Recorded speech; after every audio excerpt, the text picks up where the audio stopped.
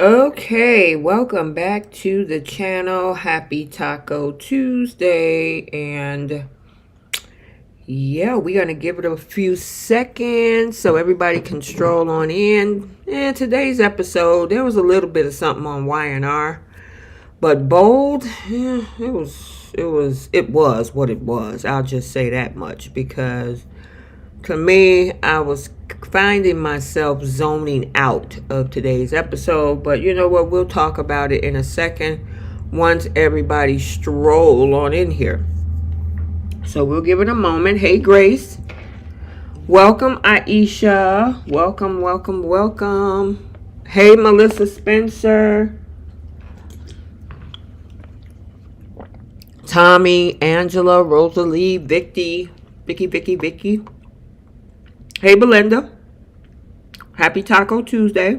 Cheryl. Welcome in, Soapies. Yeah, we got a little bit to talk about. I mean, I think tomorrow's episode is really going to be something interesting to watch on Y&R. And Bold was just blase today. Sure, you ain't really missing nothing. But you know what? I'm not going to slow it down. Let's go ahead and dive into this. So welcome you guys to Soap Corner Talk, where we're going to discuss both The Young and the Restless and The Bold and the Beautiful for November 12th. Happy Taco Tuesday, you guys. Yes. Well, you ain't missing nothing in my opinion, Cheryl, but you know what? Let's talk about Y&R. So we see a cute moment happen between Abby and her mom and Ashley. Ashley has missed a lot, but Abby did a great job in trying to include her in the cake tasting that she missed, and so she had two of my favorite cakes. And let me know what your favorite flavor of cake is down in the comment section. But I'm going to type mine in.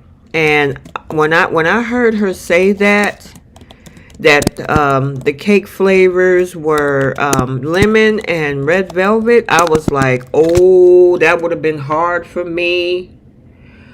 Oh my gosh, I was like, red velvet. So I don't know if you guys have a nut and bunt cake store in your town. There's several around here. I usually get, when I get the little buntlets, I get lemon and I get red velvet. Sometimes I'll switch it up with carrot or snickerdoodle. But red velvet and lemon, that would have been a hard choice for me. Maybe I had to get two cakes. I see some of you guys are chocolate cake lovers. Cheryl, you on the same boat I'm on. Belinda like red velvet. Brooklyn too. Oh, lemon. Oh, God, I love me a good lemon cake. Oh, I don't know if you have what is called a Portillo's in your area. They have some of the best cakes. Chocolate is good, but seasonally, every now and then, they'll bring in the lemon cake. I love lemon and red velvet. So, when Abby said that, I was like, girl, don't ask me to help you with that because it would be tough. You know what? If I had to pick one of the two, my first choice or thought process would have been lemon. But because this is a wedding, red velvet usually is kind of elegant. And it's usually for this time of the year. So that would be mine. Belinda, you like those buntlets too? I love the buntlets. Oh my God. Lemon and red velvet buntlets are insanely good. Oh, you like atomic cake. Okay, Monique. Carrot. You like carrot, Sherelle? I like carrot too. I used to like chocolate, but I don't know. Lately, it sometimes, depending on where you get it from, it's not as good. I like German chocolate. But yeah, it was just interesting that Abby brought up those two flavors. And I was like, oh, man. That was the first thing that popped in my head. But it was a nice moment between Abby and Ashley. You know, mom and daughter. She missed a lot. She's been gone since... what was it, March, April? And so this is November. So she's been gone for a good 7 months. So she missed out on a lot. But it was nice to see them bonding. So she's excited about being at the wedding and all of that good stuff. She did show her the dress that Sally designed for her. So just a sweet moment. Nothing really over the top there, but it was nice to see the bonding between those two. Melissa, you make your homemade cakes. That is awesome. I like baking too. I'm a cheesecake person, and by the way, I am a sucker for key lime pie. Oh my God, I love me some key lime pie. With the graham cracker crust and the little tart that's in the key lime filling. Oh my God, insane. All right, enough of that. I'm going to gain like 5 pounds just talking about cakes and pies. Hey, Sharon. Let's talk about Jill. Let's talk about Jill. Jill had leftover business from the Monday episode, having a conversation with Victor about selling the business. And the crazy thing is, I guess that secret will never come out, like I said yesterday, about Lily, giving him the business on Odyssey 7, so we still didn't get that. Oh, you get that for your birthday? Awesome, Cheryl. But she actually is considering selling Chancellor, and at the same time, which kind of takes us to the picture below Jill, Lily and Billy, and even at the bottom corner, they're discussing, working together over at Chancellor. And I think it's a day late, $1 short at the 11th hour, because the rug is about to be pulled out from up under the both of them.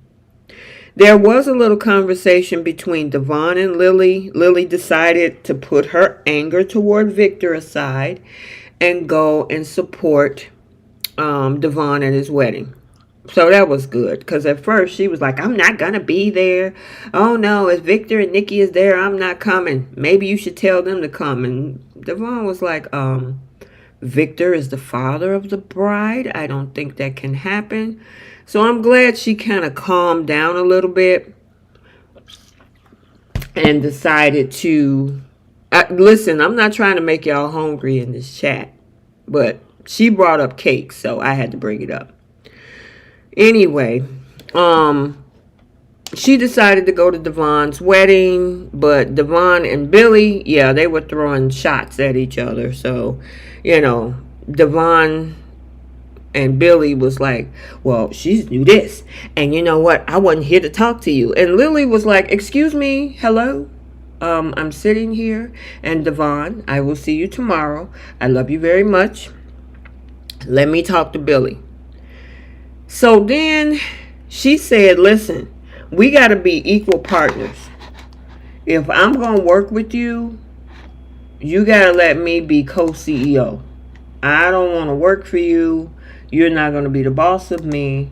We're going to be co-CEOs. And actually, because Billy wants to stay, at Chancellor, he said yes.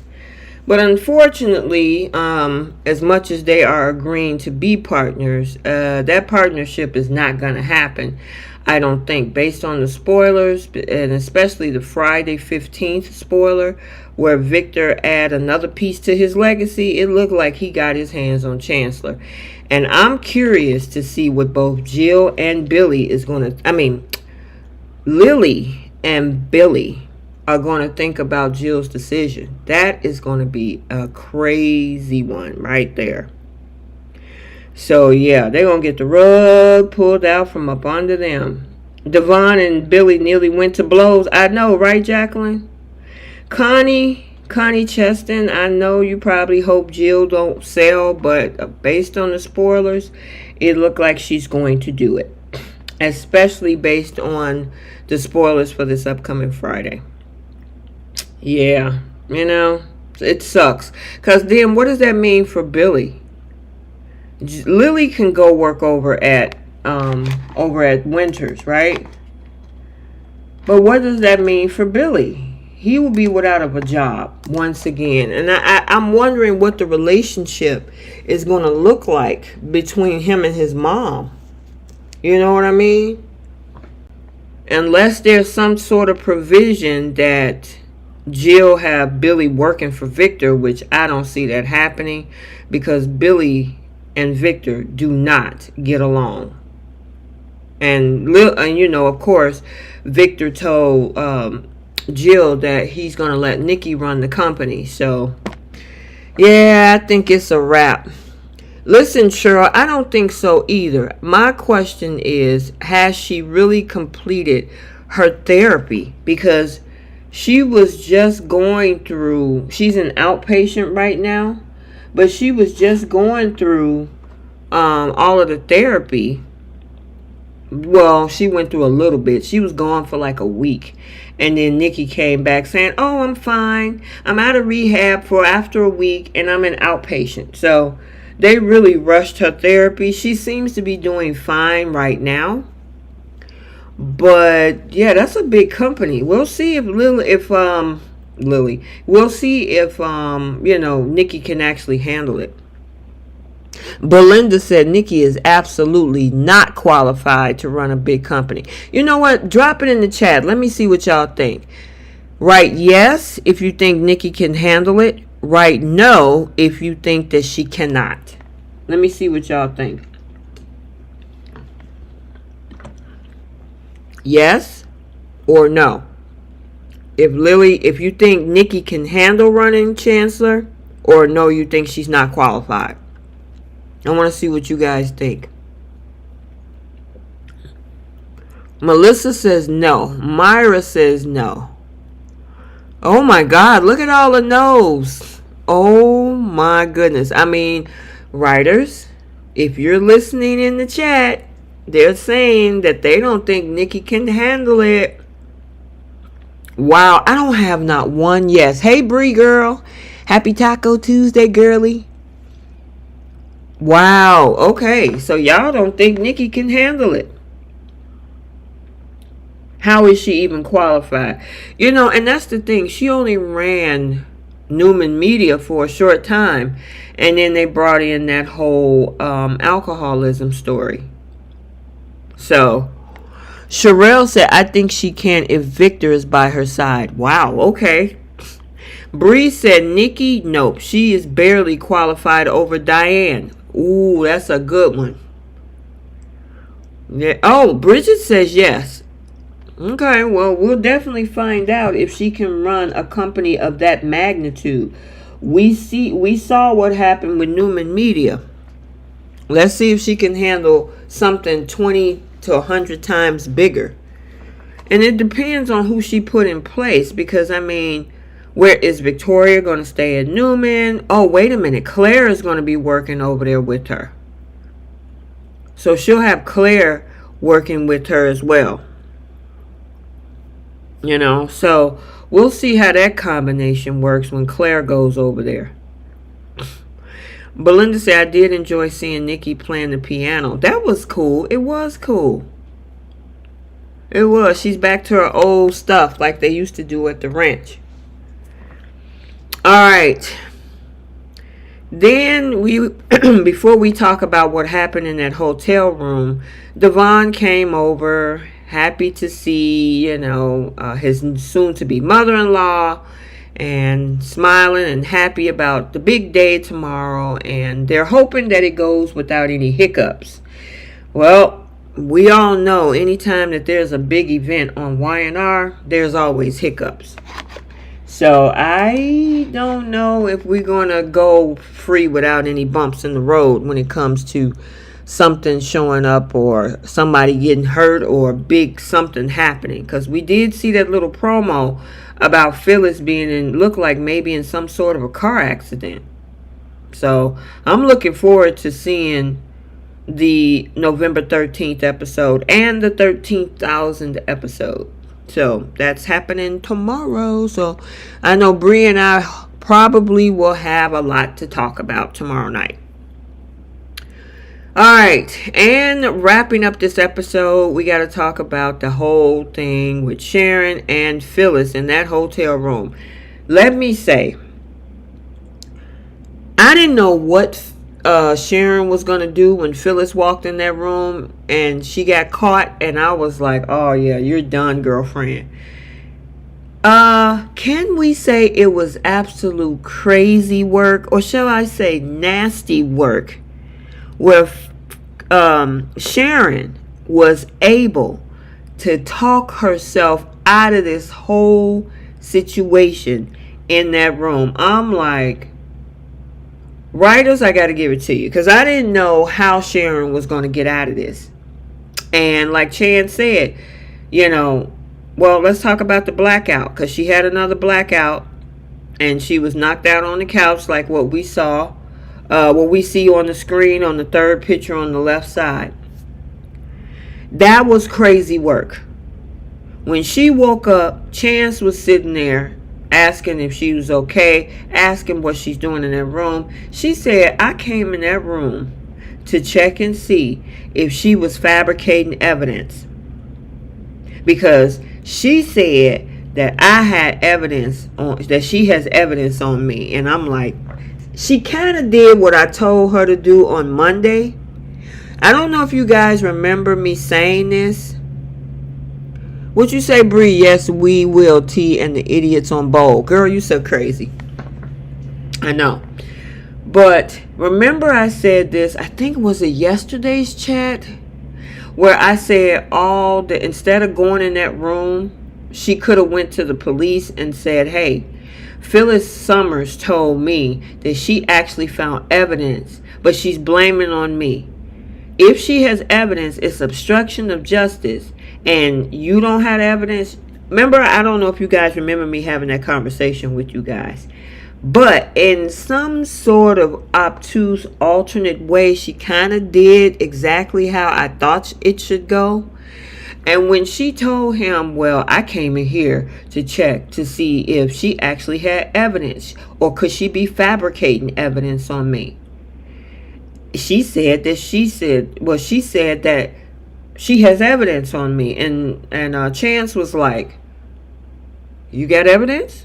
If you do, you need to tell me what it is. I'm like, ooh. Check and mate. She was like, oh, I'm just bluffing. And she was like, but you gotta arrest her. And Chance was like, the only thing I can arrest her for is breaking and entering. And do you really want to charge her for that, Phyllis? Because it's not gonna help your case and not look good on you. And she was like, nope, you know what? Forget the breaking and entering, because I know she's going to get in trouble for unaliving Heather.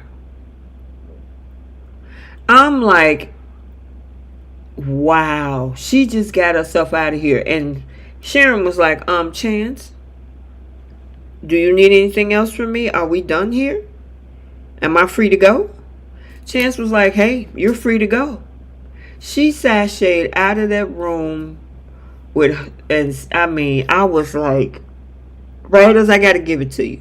Now, granted, writers and me were on the same page. We did it in a little bit of a different manner and a different setting. But, yeah, she ended up getting out of that situation, at the same time calling Phyllis's bluff and making Phyllis look like the bad guy in that situation. That's why I call it crazy work, nasty work. And man, it was kind of cold. Jenna, it was.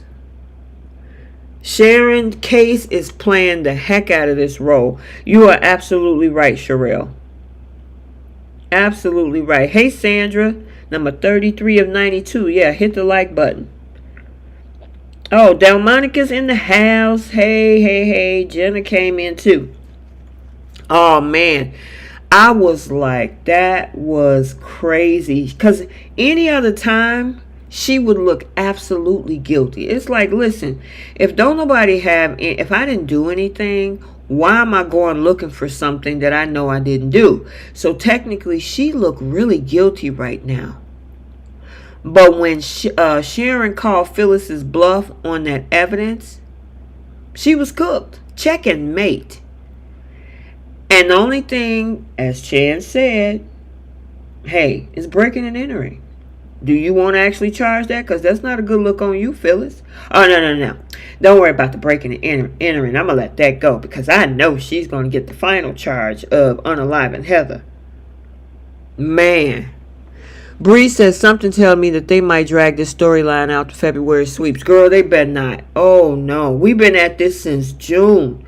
No, thank you. We've been at this storyline since June. We do not need this to go for another 4 months. No thanks.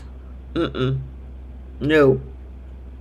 So, yeah, that was crazy in itself because I was sitting on pins and needles. I'm like, is this girl about to get caught? It's over. And, yeah, she talked her way out of that. She actually thought on her feet in that moment without Cameron. So that's what we had today. I'm going to give it, and I'm gonna give it a C plus. And the only reason that I'm giving it a plus is because of the whole thing where it looks like Billy and Lily is about to get undermined by Jill, and Sharon and that crazy work that she did by pigeonholing Phyllis and getting out of that whole situation in that room. We did also see right quick that Nicholas and Mariah caught her coming downstairs. They was like, why did you do that? Well, I thought she was fabricating evidence and I had to make sure I got to cover my butt. And then Chance was like, you know what, you need to stay away from Phyllis when he came downstairs. So, yeah. But I had to give that plus for what this, how Sharon got out of that situation. And yeah, Lily and Billy, they're done. They're about to be unemployed. And we'll see how long, but Billy especially is about to be unemployed. All right, Bold and the Beautiful. All I can say, really, to me, it wasn't really nothing to see here. I was really disappointed in the word salad that had took up 20 minutes of this episode between Brooke and Taylor. Taylor gave a whole bunch of word salad, and excuse me, and you guys know on my channel I call everybody out. I'm not team this, team that. I call you out. And I did not like a couple things today. She went through a whole word salad about how much this man saved her life, how much that she's following her heart and pulling a page out of Brooke's playbook. All of this nonsensical BS, only to get to almost the end of the episode for her to say, I don't need no man. I'm happy with my life. Let me think. So, did you not need that man when you saw him on the screen? Did you not need that man when you nearly fell out on the floor in the studio because you saw him kissing Brooke? Did you not need that man when you had this cathartic moment where you released all of the pain because you were straddling Ridge's lap and he was putting his hands between your chesticles? You really didn't need him? How are you going to say in one breath, this man saved your life, and then in the next breath, I don't need him? Make that make sense, Taylor? Word salad. Can I give you some, what type of dressing you want with that salad? French, Italian, Thousand Island, ranch. Pick one. Word salad. They gave that girl almost 55% of this episode talking in cryptic, and then they left us with the look on the face in between commercials. And Brooke is like, look, just get to the point. Are you coming for my man? Well, I still love him. And of course, I have him in my heart. I'm going to pull a page out of your playbook, Brooke. I'm going to follow my heart. But at the end of the day, yeah, I don't need him. Girl, stop. As they say, stop the cap. I don't want to hear it. It was a bunch of wah, wah, wah, wah, wah, wah, wah, wah, wah. I mean, seriously. You saying one thing out of your mouth, but then your body language is saying something else. You know you want this man. Stop it. Get some help. And granted, and I got that from that whole back in the 1980s Michael Jordan commercial. Stop it. Get some help. Well, she is getting some help right now. But the thing is, it's like, girl, it's one thing if your actions showed otherwise, that you don't need something. But your mouth is saying one thing and your actions were saying something totally different, ma'am. We all watched it. So, yeah. You had no problem straddling his legs. And you know that is a very, very intimate position. You had no problem of him touching your chest, looking into his eyes, having this cathartic moment. You think he saved your life.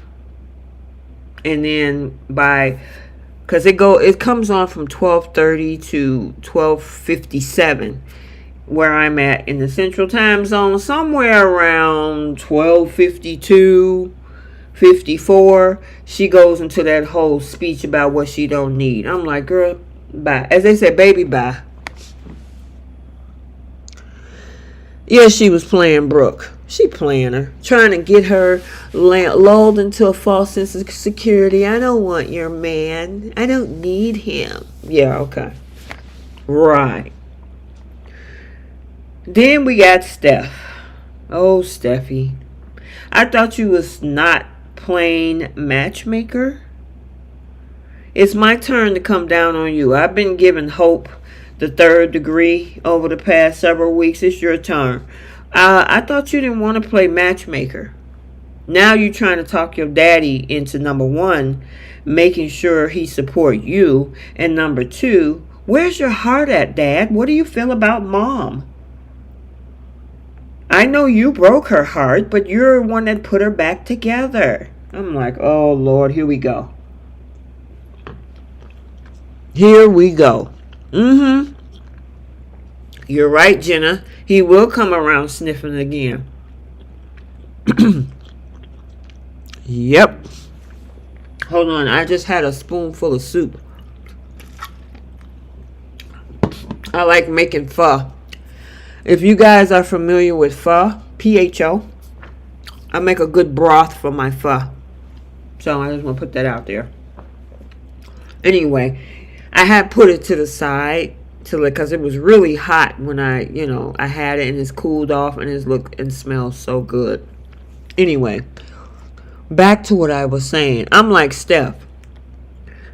I mean, even if she was giving him a reality check, it's called pho.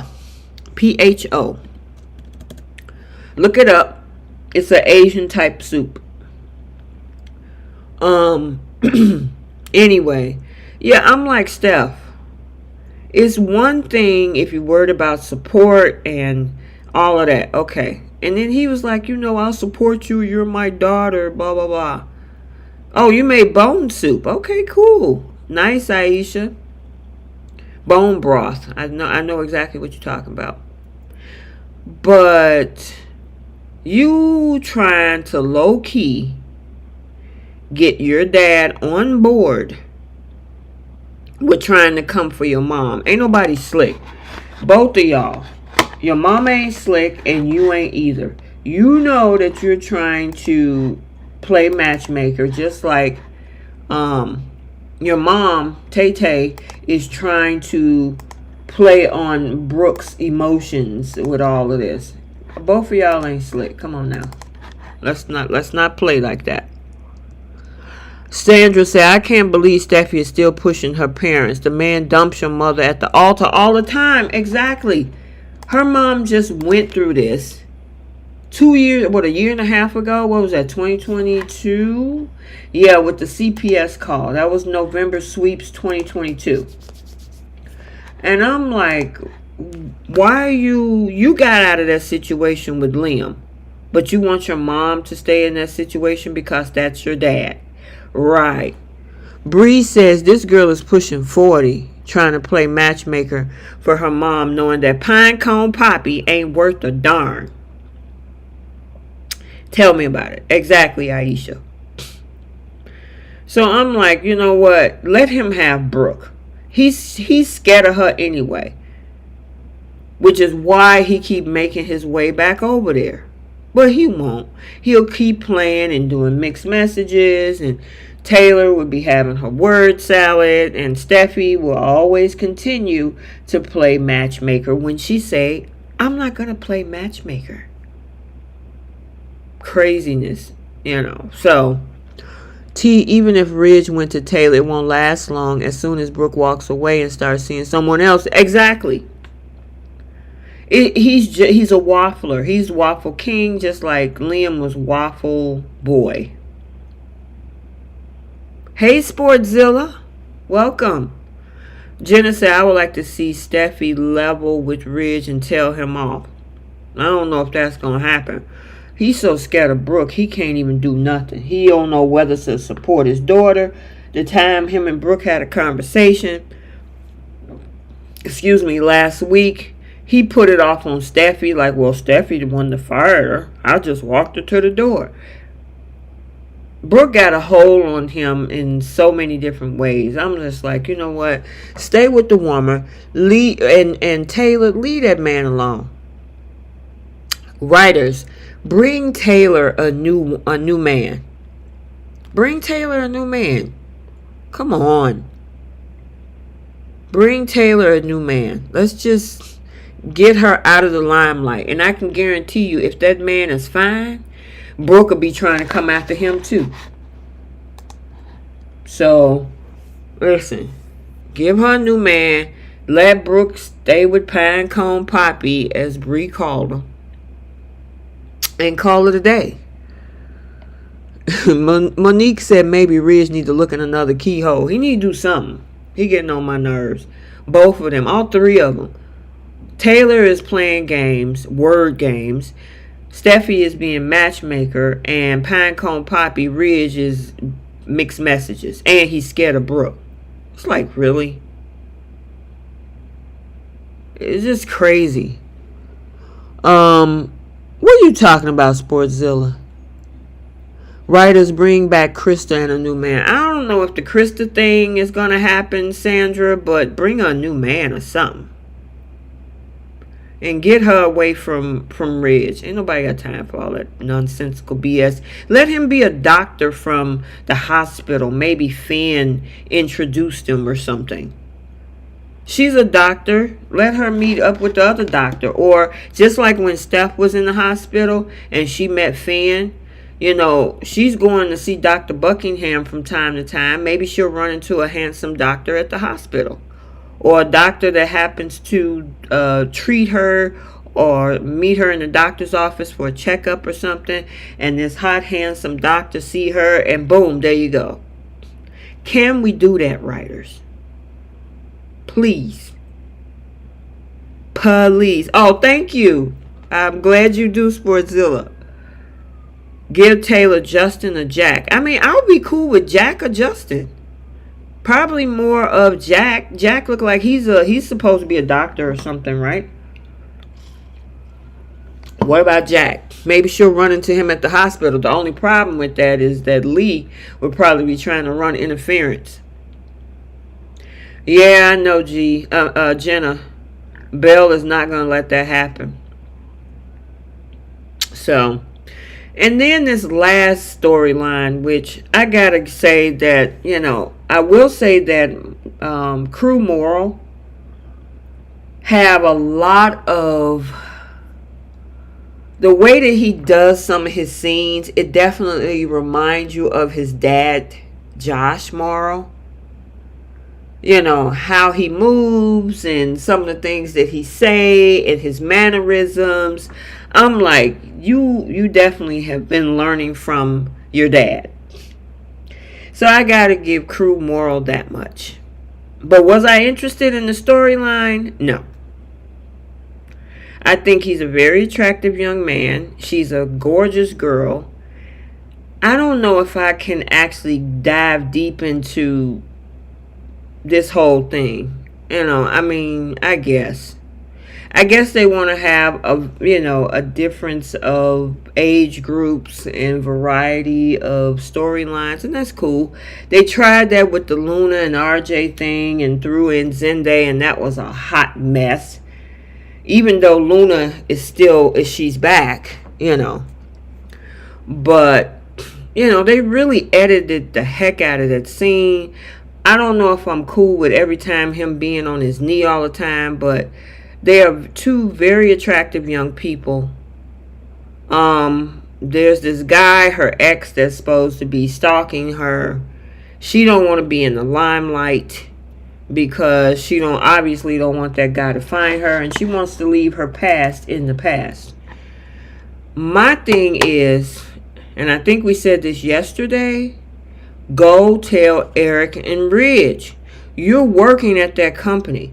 If that guy comes in there and affect the business, you need to say something. This is your family. This is your great uncle's family. You don't have to tell Will, but go tell Eric or Ridge. Bridget says, when the crazy guys show up, you will change your mind. Listen, say something to somebody to protect yourself and the family. I know they never even said what happened to Coco. She just disappeared. I mean, Sally talked about her on Y&R a couple times, I think in the past 2 years since she's been there, but that's about it. Electra and Real, TA is okay. It's okay, But I like grown folk soap operas. That's why I watch shows like Sisters. I'm looking forward to Beyond the Gates, Y&R, and if you notice, we don't have a lot of young folks on Y&R right now. We used to have the Maddies and the Charlies. We very seldom see Johnny and Connor, and Faith has been around for her mom, but we don't have this young love type of stuff on Y&R. Now, I'm not sure. I don't watch GH or Days. But I'm more of a give me the grown folk dialogue.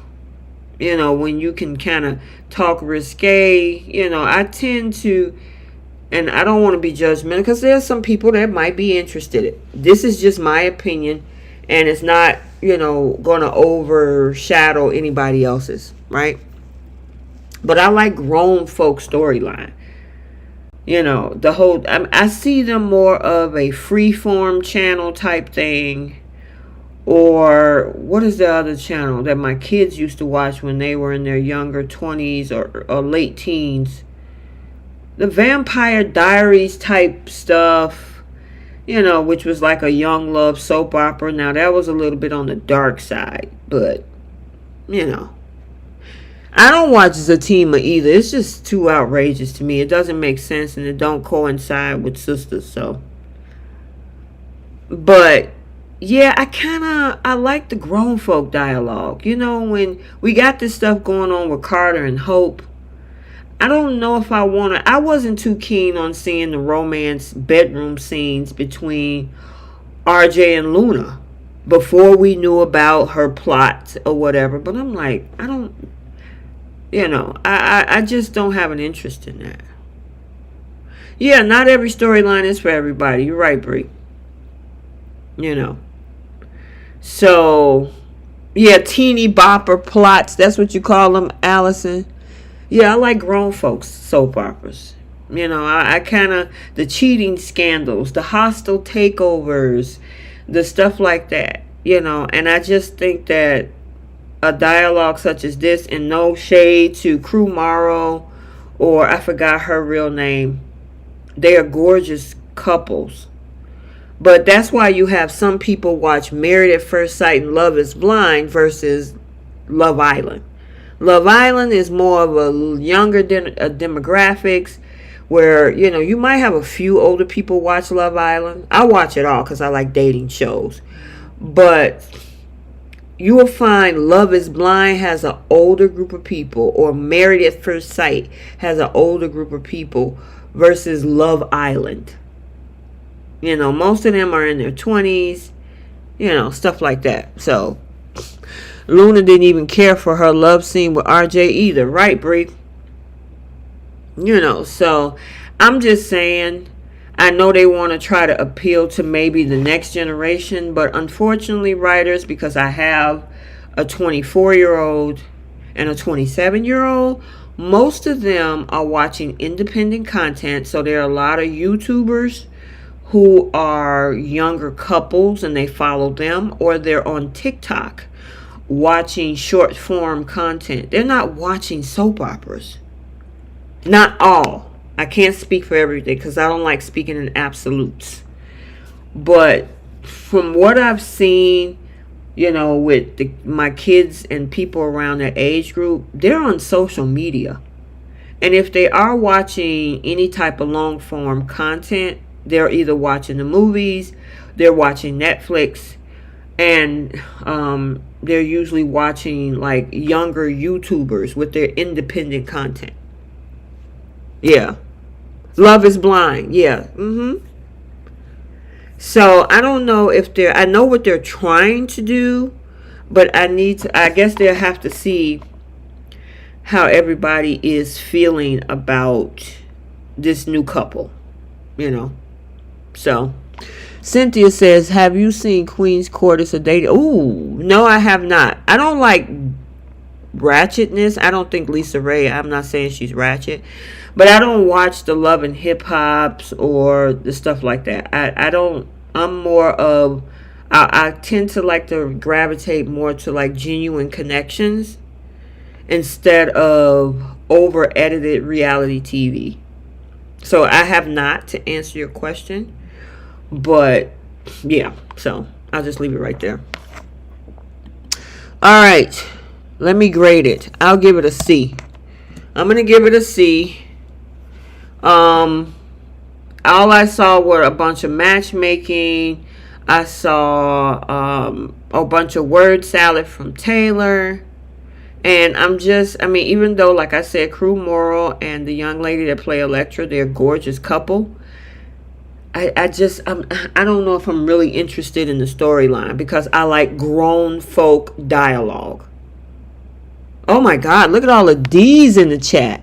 Well, writers, if you're watching my content, there are a lot of C's and D's on this episode. So I wouldn't mind seeing Crew Morrow over on The Young and the Restless.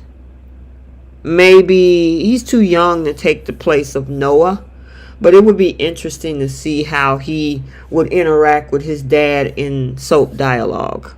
You know what I'm saying? I would like to see that happen, but he's over here. Oh, it's pretty tame, Cynthia. Okay, I might have to check it out. Oh my God, Bree gave it an F plus. Taylor came to LA for Ridge and not her kids. Pitiful. Absolutely. Yes. So I am looking forward to the YNR 13,000 episode. I'm looking forward to seeing the fallout with Lily and Billy once Jill sells this company. What happens to Phyllis in this promo that we saw today with the car accident. I got a whiff of that promo yesterday and I shared it in our group chat and I was shocked, like, oh my God. Because I was wondering what Summer was. She got a phone call at the wedding and she was looking like distraught. So I was wondering, what the deal was with that. And looked like maybe something happened to Phyllis. I don't know whether she gets hurt or not because there's a spoiler for Thursday that she's supposed to set a trap for Sharon. So who knows what that means, whether this accident is part of the trap or something else, or that the trap was set before and then she got in the accident. So I guess we'll have to see. Yeah, crazy mother. I'm hoping with Bowl it'll be a little bit better. You know what I mean? And see how Jill looked on the screen when I was looking, how she's looking like, really? Yeah, that's how I was looking when, we had that whole storyline between Will and Electra. My face was just like Jill's on the screen. I'm like, am I really interested in this? So that's why one reason why I use Jill's face as part of my thumbnail and looking at Electra, because that's how I was looking. I was looking just like that. Like, it's tomorrow, Jenna. The wedding starts tomorrow. But I was looking just like Jill on that screen at this whole Will and Electra storyline. So we shall see. All right, you guys, we're going to end it there. Make sure you like, comment, and subscribe. Turn on your notifications so you're notified every time a video is posted. I am T from Soap Corner Talk. And until the next one, we'll see you all later. Bye, Soapies.